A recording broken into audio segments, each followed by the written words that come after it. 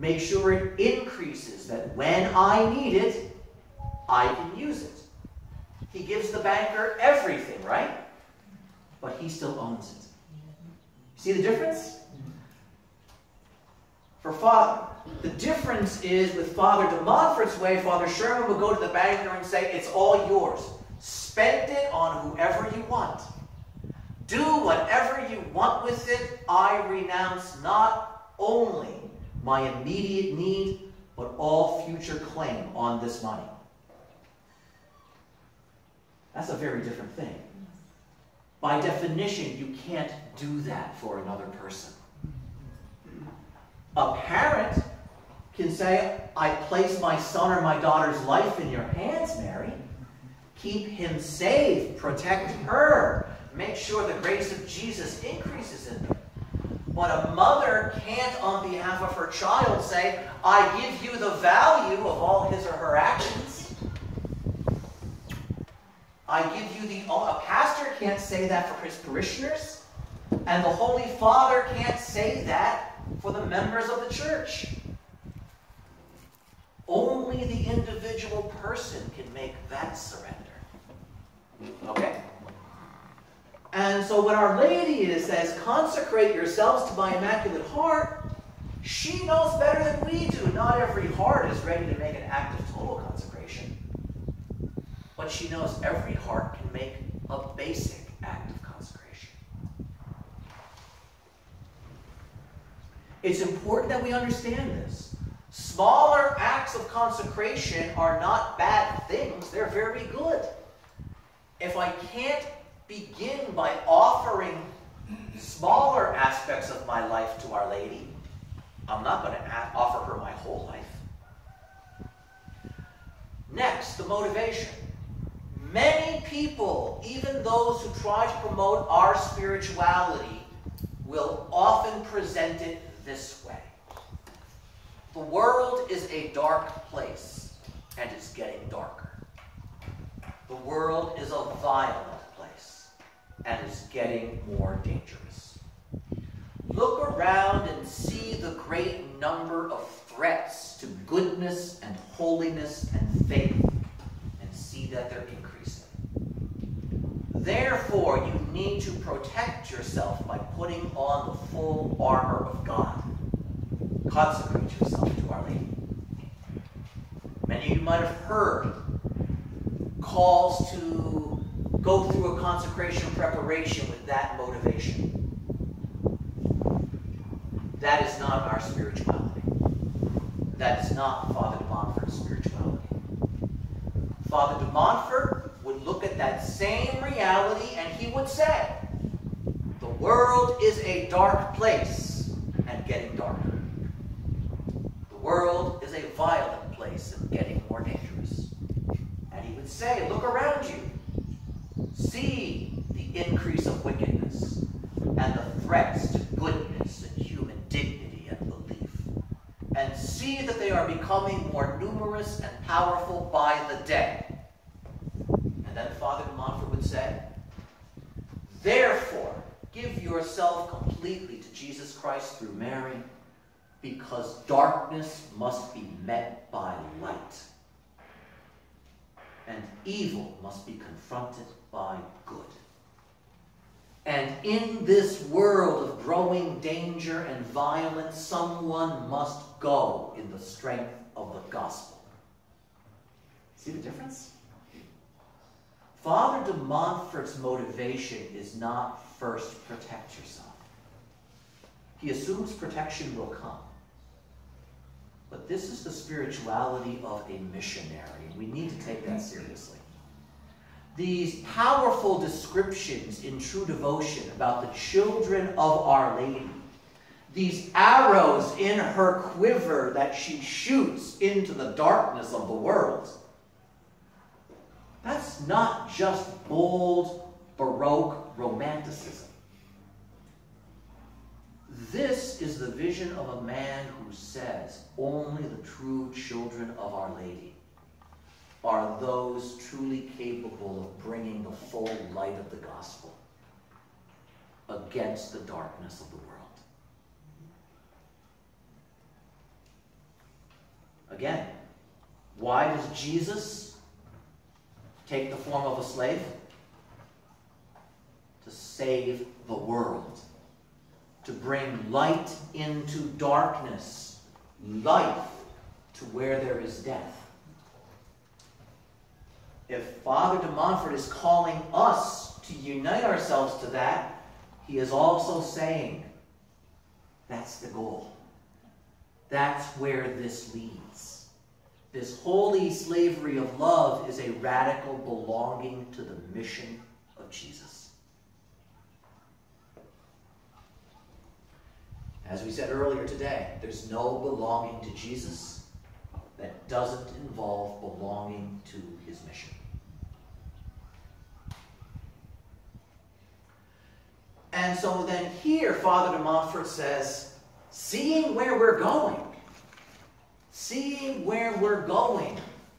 an act of consecration is the appropriate beginning. It inaugurates my movement toward this state, my growth into it. It's opening the door and stepping through it. So the interesting thing is, for Father de Montfort, an act of consecration is not the end of anything. It's the beginning of something. But he says, like any good beginning, it must be well prepared. A badly prepared beginning will not produce a successful end.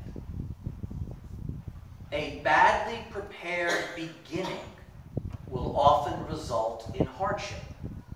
And so he says, because this is important. Why is it important? In no small measure because our lives are important. This sits beneath this idea of a preparation for consecration. This is your life that you are taking hold of and turning to Our Lady with trust and saying, in union with Jesus Christ, I give myself to you. And so Father de Montfort says, because life is a serious matter, and our lives are serious things, we do well to prepare ourselves. Father de Montfort never legislated a canonical process of preparation, and I want to be clear about that.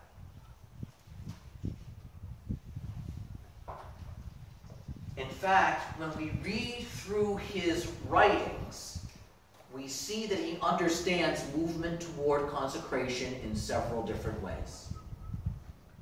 For example, in Love of Eternal Wisdom, arguably the earliest of his writings where he himself speaks of consecration in the context of his spirituality. He doesn't give us a process of preparation at all, simply the prayer of consecration. And so this famous prayer that so many tens of thousands around the world have said is found in a book that doesn't offer a preparation process. Isn't that interesting? In his letter, The Secret of Mary, because to the best of our ability to determine the secret of Mary is a letter, not a book. A letter written likely to a religious sister who was interested in this devotion. And Father de Montfort, in explaining it to her, seems, as he finishes the letter, to basically say, you who are spiritually mature, if you've been doing your homework and you've mastered what I have to say here, there's nothing stopping you from making this gift of yourself right now. And he doesn't give a prayer to say. And then there's in True Devotion, the incomplete masterpiece, because we don't know how many pages are missing from the manuscript. We only know that there's a first part that we don't have. We have no idea how long it was. We have no idea what it contained. We have some educated guesses, but no clear idea. And in True Devotion, when Father de Montfort talks about consecration and the need to be ready to make it, he doesn't say, and this is how it has to be done. He says, one such way may well be. Now, listen to the words. Let me propose, let me make a suggestion. Now, let's pause here for a second. Why would Father de Montfort, on the one hand, seem so sloppy with his thinking? He's normally so precise and so careful. Because as we said earlier, he is not the originator of the devotion of holy slavery. It existed before he was born. And he is well aware that there are other teachers of this devotion. In fact, Pierre Cardinal de Bérulle caused quite a controversy in France when, as spiritual director of the French Carmelites, he imposed a fourth vow on them, a vow of slavery to Jesus through Mary. When Father de Montfort entered the seminary in Paris, he picked up a copy of a book by the Jesuit Henri Boudin. The title of the book, God Alone, concerning the slavery of the Holy Mother of God. Father de Montfort read the book, was completely taken by it, and prayed the prayer of total consecration that he found there. And then he went to his brother seminarians and said, you have to read this book and let's go do it together. And so before he ever prepared his own manual, his own set of exercises, Father de Montfort had gone through that and probably several other forms. He was well aware that there were a variety of ways. In fact, the mysterious line in his writings about when he recommends the practice of wearing chains, he says, and the chains should be blessed with the appropriate blessing, and he never provides it. The blessing is found in Henri Boudin's book.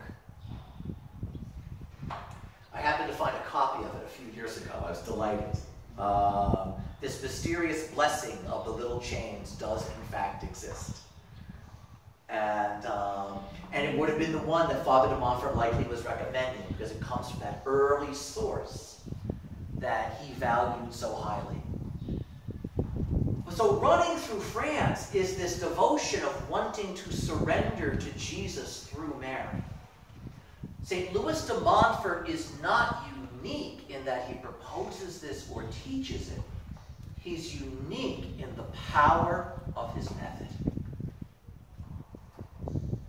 Father de Montfort, in a sense, stands at the high watermark of all of this.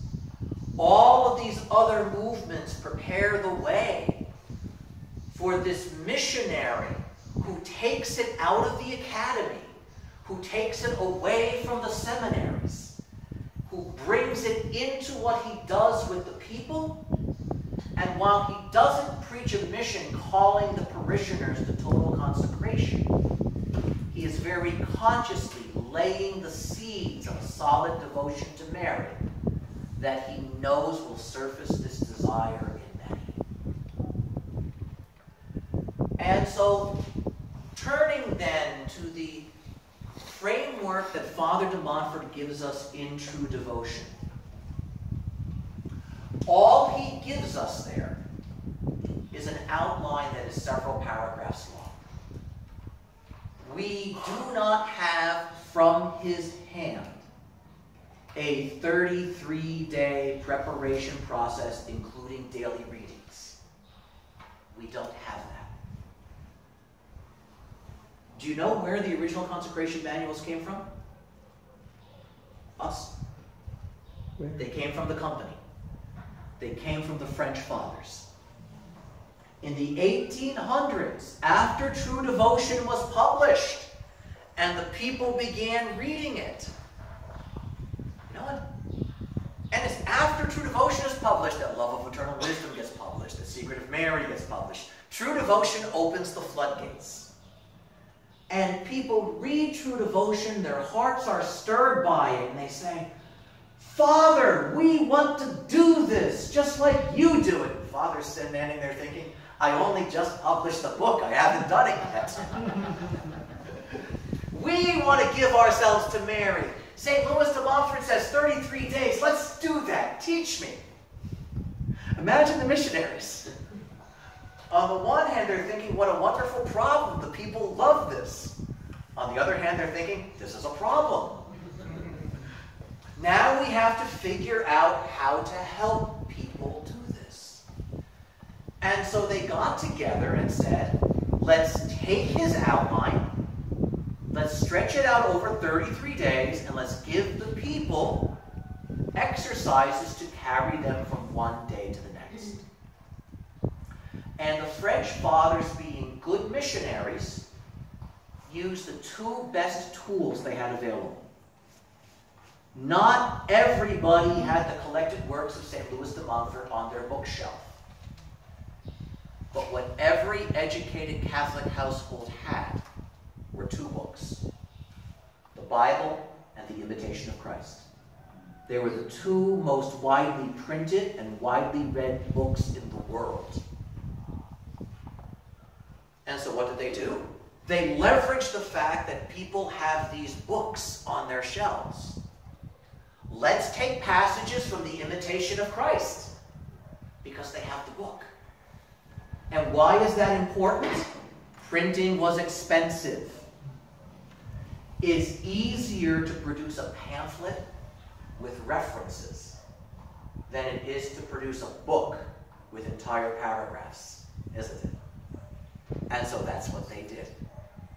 They put together leaflets outlining the 33 days, recommending some passages from True Devotion, some passages from the Imitation of Christ, and some passages from Scripture to guide the people through the process.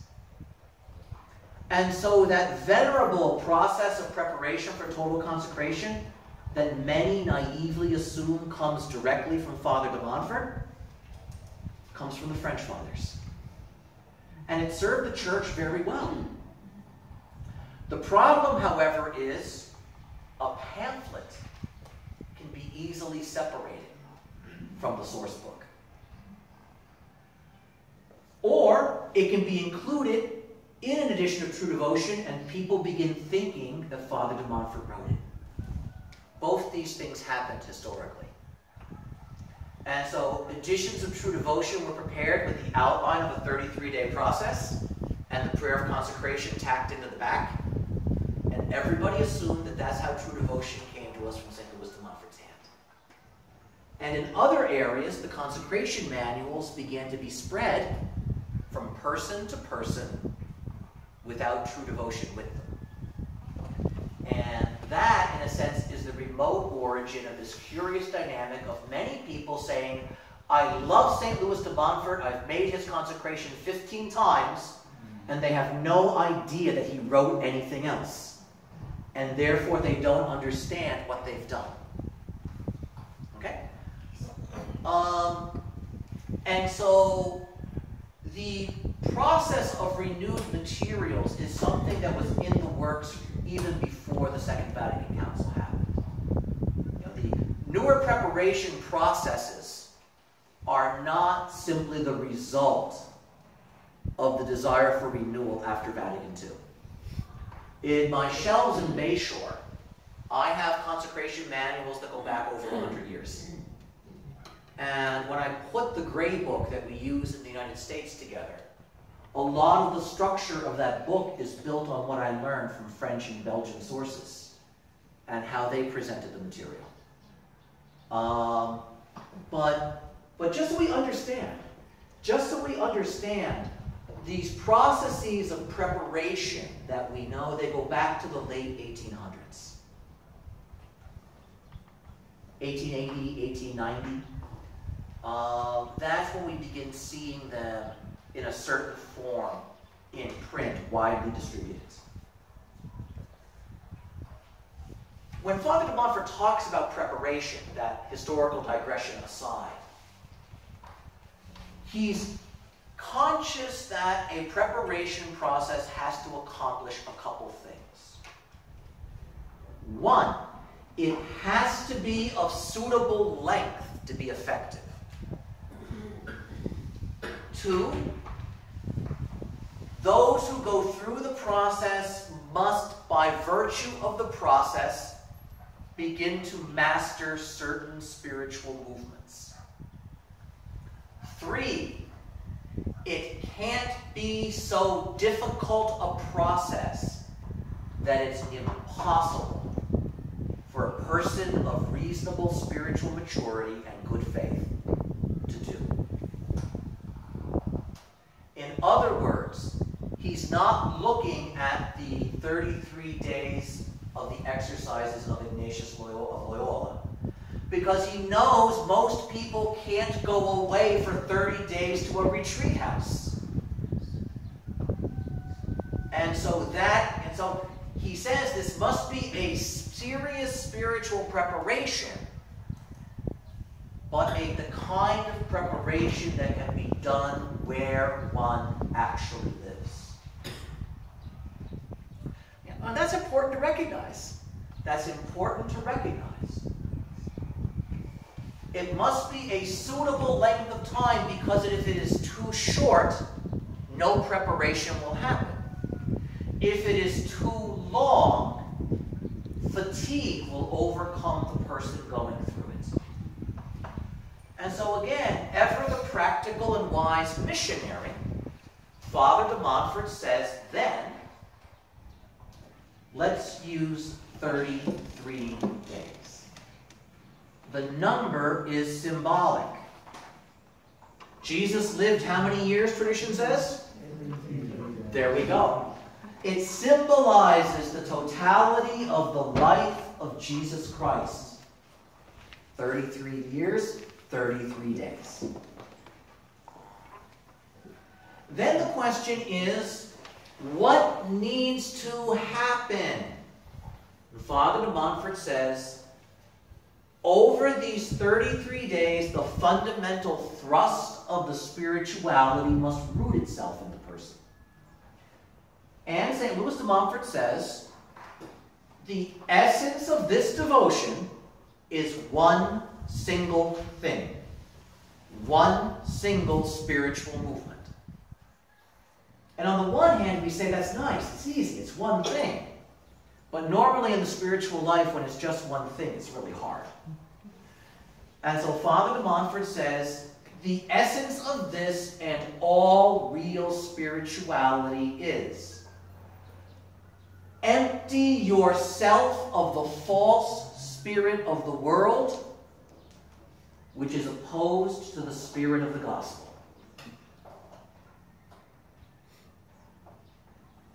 And the point of the emptiness, be filled by the Spirit of Jesus Christ.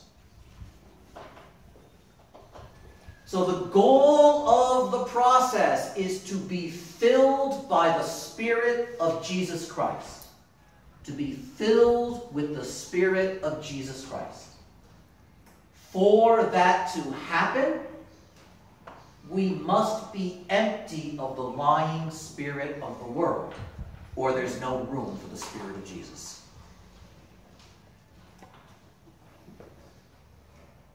Any real Christian spirituality seeks to do those things. So that statement by itself isn't all that unique. Father de Montfort is going to insist. The goal is not what's unique. It's the way of getting there, that is. There's a best way to do it. And that's this devotion of holy slavery, which is living according to the Spirit of Jesus Christ. And so then, looking at his 33 days, Father de Montfort divides it into two additional symbolic periods. A period of at least, he says, 12 days. And another period of 21 days. These are both symbolic. How many apostles were there? How many tribes of Israel? 12. 12 is the number of the people of God, called out of the world to be a people set apart, a holy nation, a royal priesthood. 12 days to renounce the spirit of the world. To the extent that I would find an error in St. Louis de Montfort, it's right here.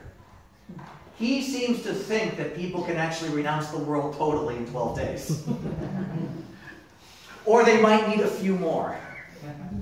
I first made my act of total consecration 25 years ago, and if anybody here has managed to renounce the world totally, I would love to hear from you.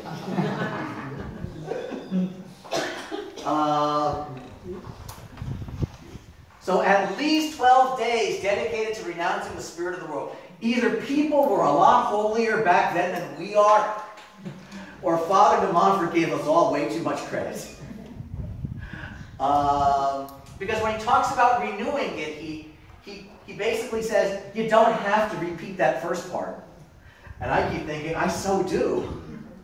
That being said, it's important to recognize on a practical level, what we're talking about is learning how to struggle against the spirit of the world. Not successfully overcoming the world in only 12 days. Rather, these are 12 days dedicated to recognizing where I've been compromised by the spirit of the world and learning how hard it is to fight against the spirit of the world. Why? So I continue to do it. Next, the 21 days, another symbolic period. 3 7-day weeks. And right away, that should register with us.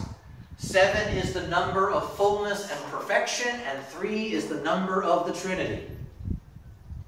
The fullness of the life of grace, the fullness of the life of God.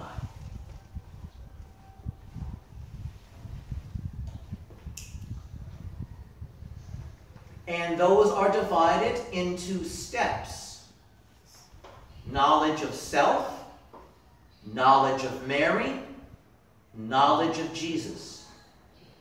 And the order is important.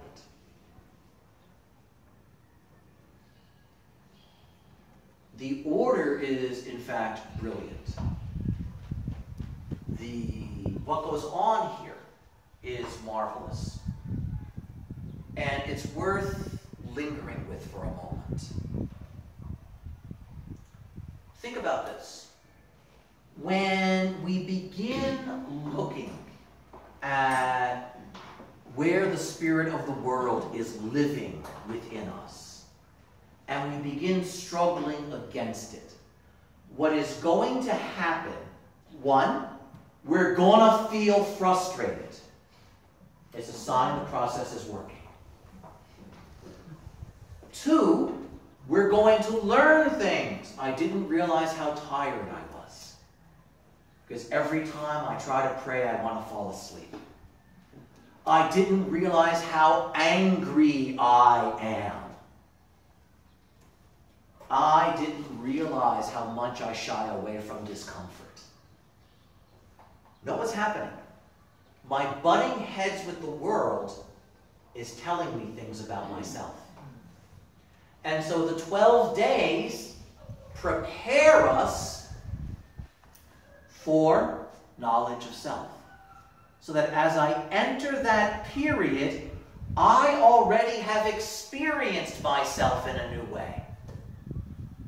And now entering into that period based on perhaps my failure to overcome the world those 12 days, I now turn to the Lord and I say, help me. Help me to know the truth about myself. Help me to overcome. And when Father de Montfort speaks of knowledge, he's not interested in intellectual, catechetical, historical knowledge. He is interested in experiential knowledge. Knowledge of myself means a true experience of who I really am. And only God can give me that. And so it's the dignity of my baptism and the wretchedness of my sinfulness. Both of those things. Father de Montfort rejects a false spirituality that only looks at the good things. And he rejects a false spirituality that only looks at the negative. He insists that we see that we are indeed wretched. And he insists that we see the greatness to which we are called. And that when we see and feel both of those, we can begin to move. In fact, I only know how far I fall short when I see the greatness to which I am called. And as I do this, what am I going to discover? One, I am called to live in the freedom of the children of God. Two, and I don't have it. Three, I'm a sinner. Four, I'm proud. Five, I'm weak. That's the truth. That's the truth. I'm a sinner. I'm proud, and I can't hold on to the good things that God has given me. But the bad things, they cling to my heart, and I can't get rid of them. And that's what prepares us to know Mary. Isn't that wild? Father de Montfort's starting point is not reflect on the mysteries of the rosary here. Recognize God calls you to a great dignity. You do not have that freedom. You're a sinner, you're weak, and you're proud. That's where you're going to meet Mary. It's absolutely remarkable because he wants us to have a personal knowledge of Mary. And what could be more personal than where I need grace in my life? What could be more personal than the temptations I struggle with? What could be more personal than the blessings I want to hold on to? This is why the knowledge of self piece is so crucial. The more I know the reality of my life, the more I know where I can make contact with Our Lady, who is the mediatrix of grace, the refuge of sinners, and the treasury of God. That one who molds us into the likeness of Christ. And so as I begin turning to Our Lady over